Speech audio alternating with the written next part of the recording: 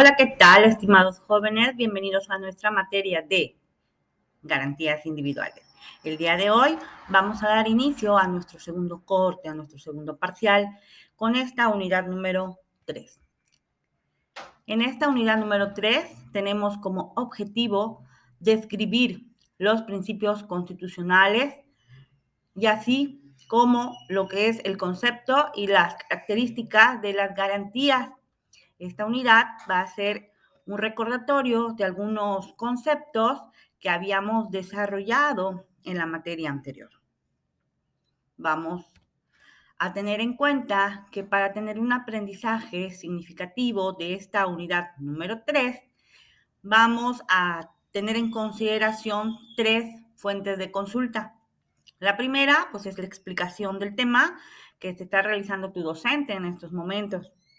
De la misma manera, vamos a vislumbrar una serie de videos en YouTube que ya tienes los links de enlace para reafirmar algunos conceptos jurídicos importantes.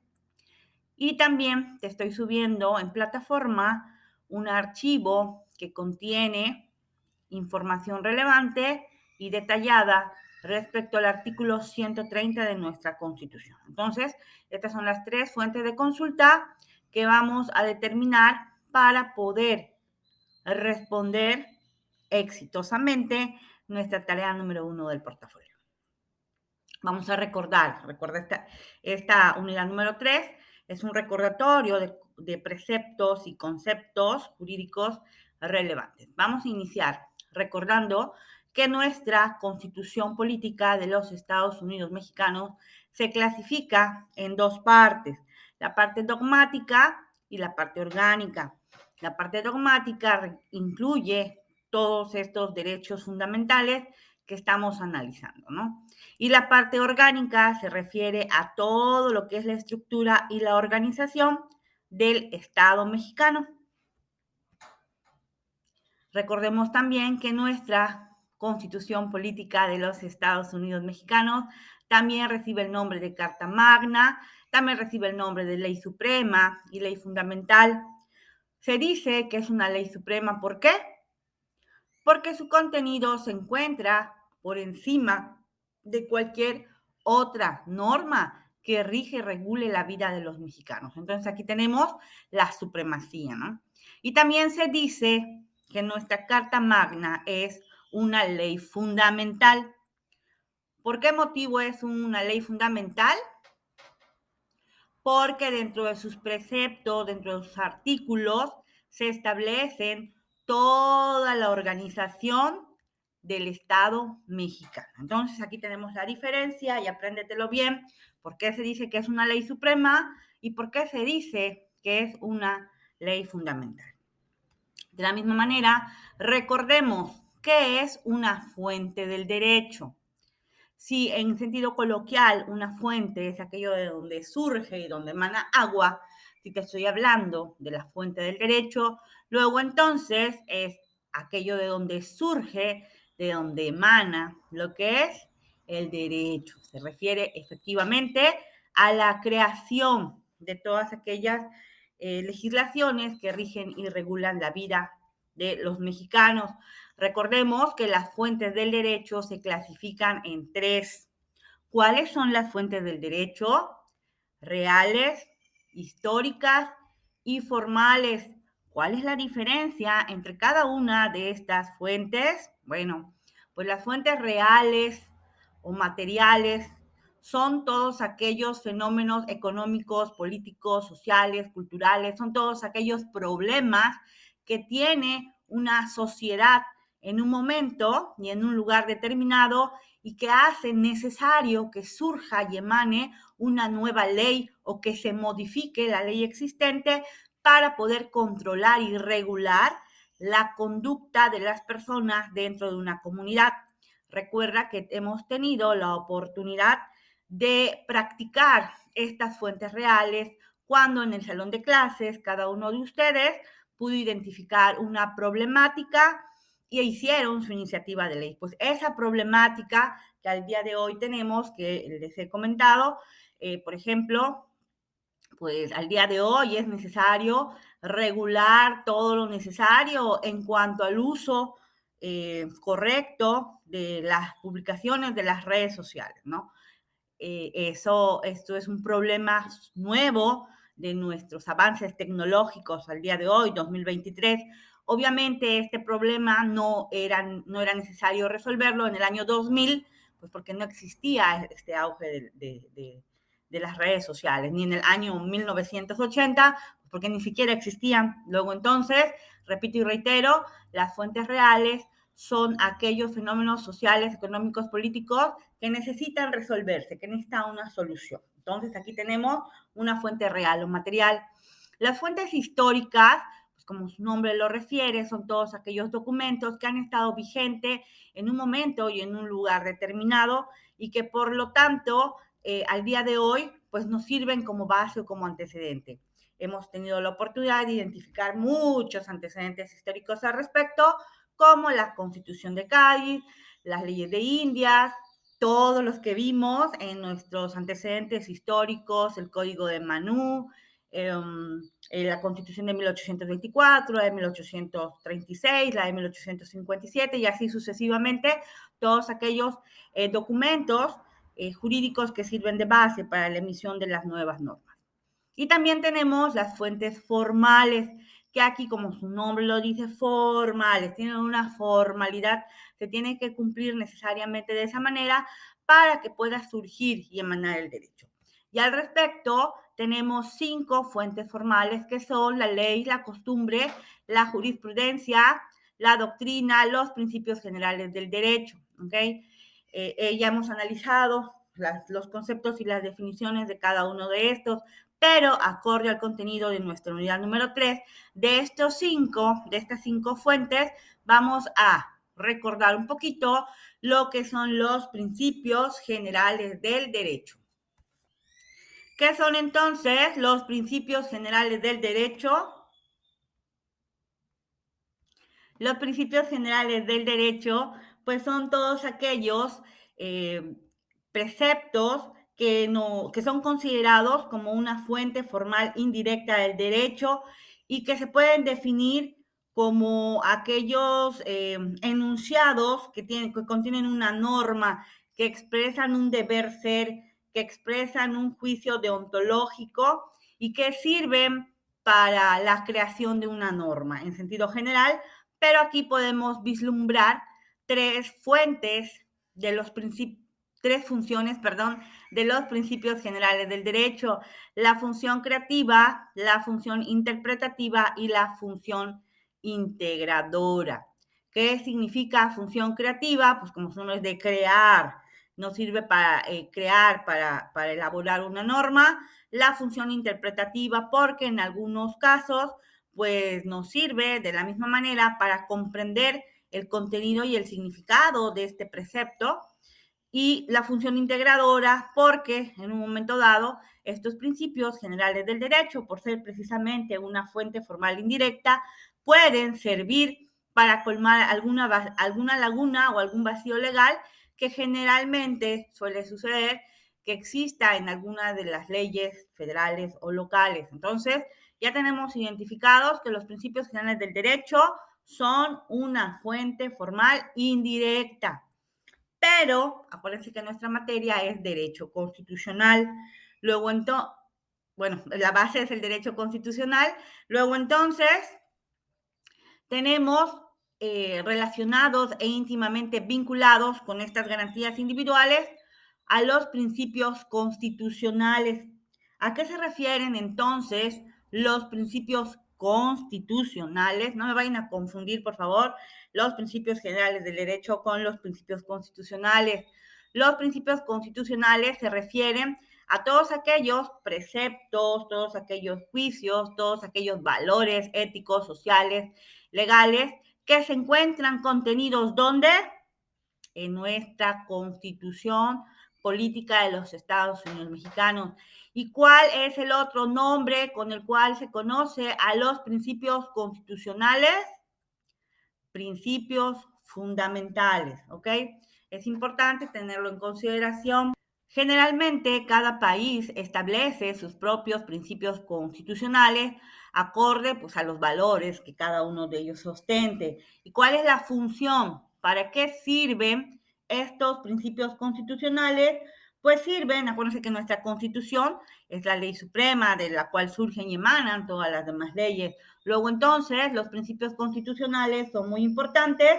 ¿Por qué? Porque sirven como marco para la redacción de todas las leyes que surgen y emanan de la misma, sirviendo de la misma manera para la interpretación de las mismas en caso de existir duda, en caso de existir vacíos legales, en caso de existir alguna ambigüedad.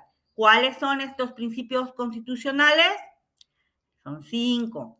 La supremacía, la rigidez, laicidad, inviolabilidad y legalidad.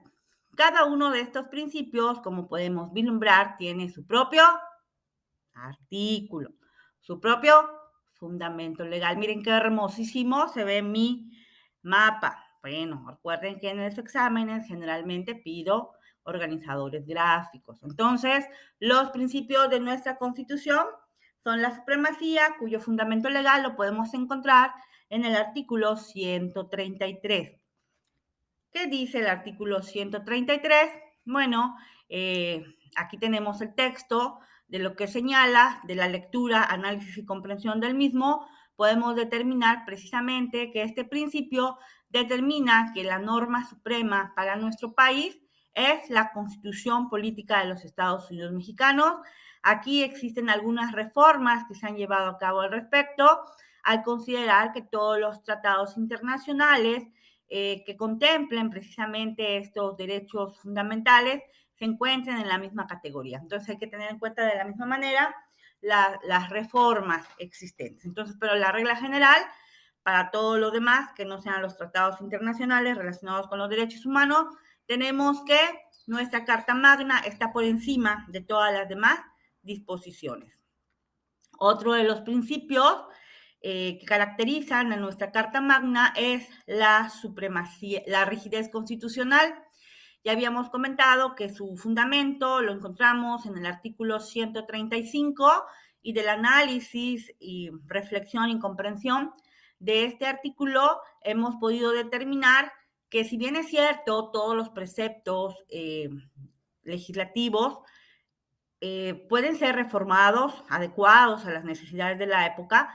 En lo que se refiere a la Constitución, no sigue el procedimiento normal, sino que hay un procedimiento específico establecido en el artículo 135, conforme al cual se puede modificar, reformar, añadir, quitar, poner lo concerniente a alguno de los artículos de nuestra Carta Magna. El artículo 130 contempla otro principio muy importante que, como todos los demás, son producto de las reformas históricas de nuestro país. Aquí podemos encontrar sus antecedentes en las leyes de reforma y por la época de Benito Juárez, donde se determinó la nula injerencia de cualquier organización o confesión religiosa respecto a los organismos de gobierno, ¿no? Todo ello pues derivado de las malas experiencias relacionadas con la injerencia de la Iglesia en los asuntos del gobierno. Entonces, de la misma manera, vamos a analizar y vamos a leer precisamente el artículo 130 que te estoy anexando para poder determinar algunos preceptos constitucionales ya detalladamente respecto a este artículo 130.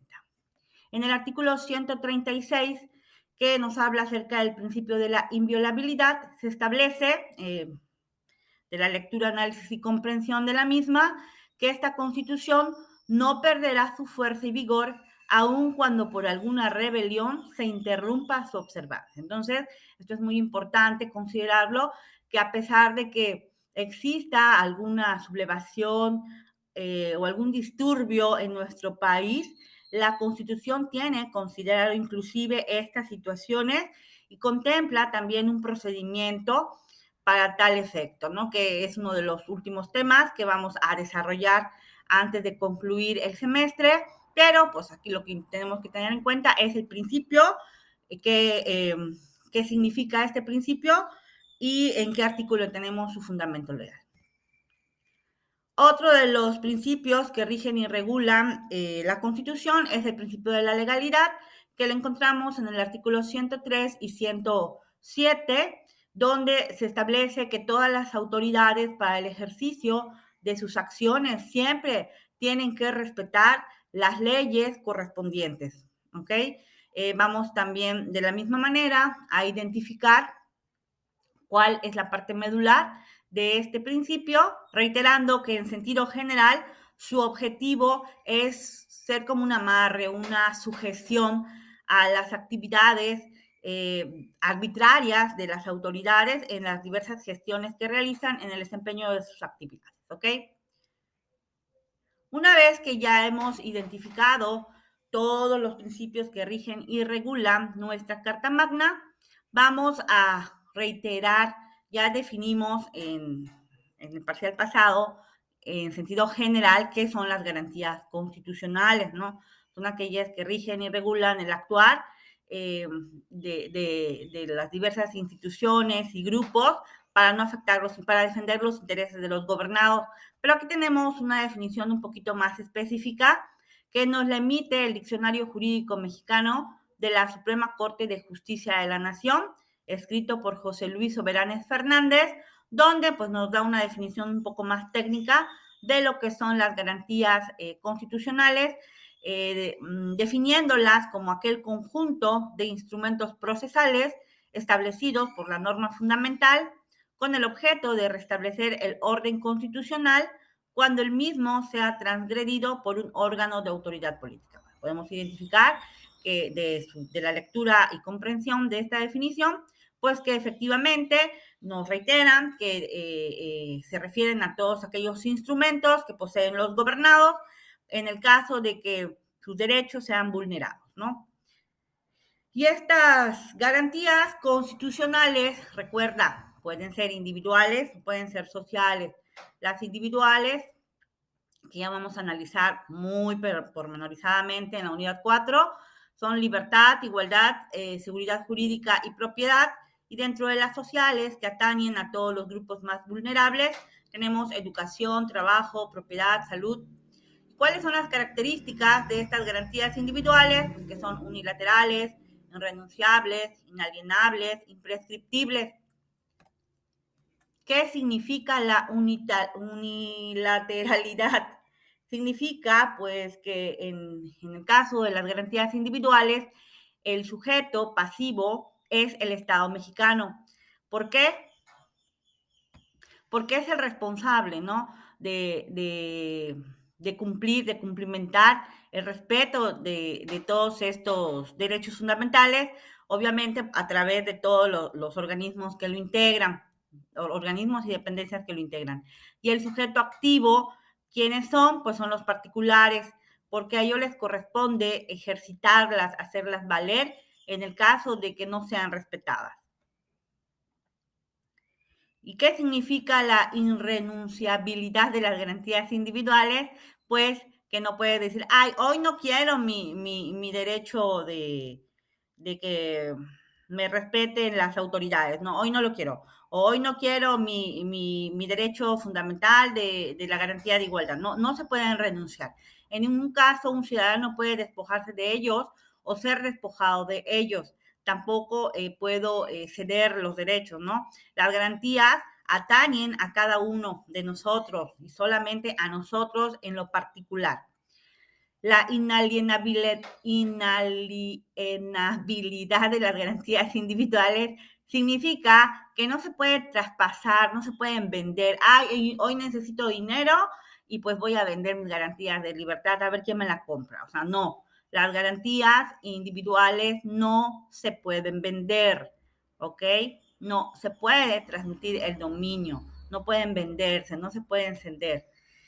Y también son imprescriptibles, o sea, yo ya tengo 40 y tantos años, ya no tengo garantías. No, desde el momento que jurídicamente hablando tienes esos derechos hasta que culmines tu existencia jurídica, todos estos garantías individuales, todos estos derechos fundamentales deben de ser respetados, no se extinguen por el transcurso del tiempo.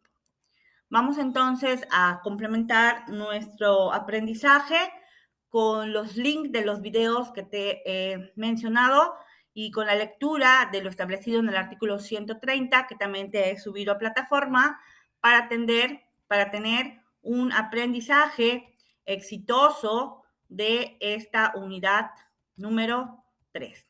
Agradezco mucho tu asistencia y nos vemos.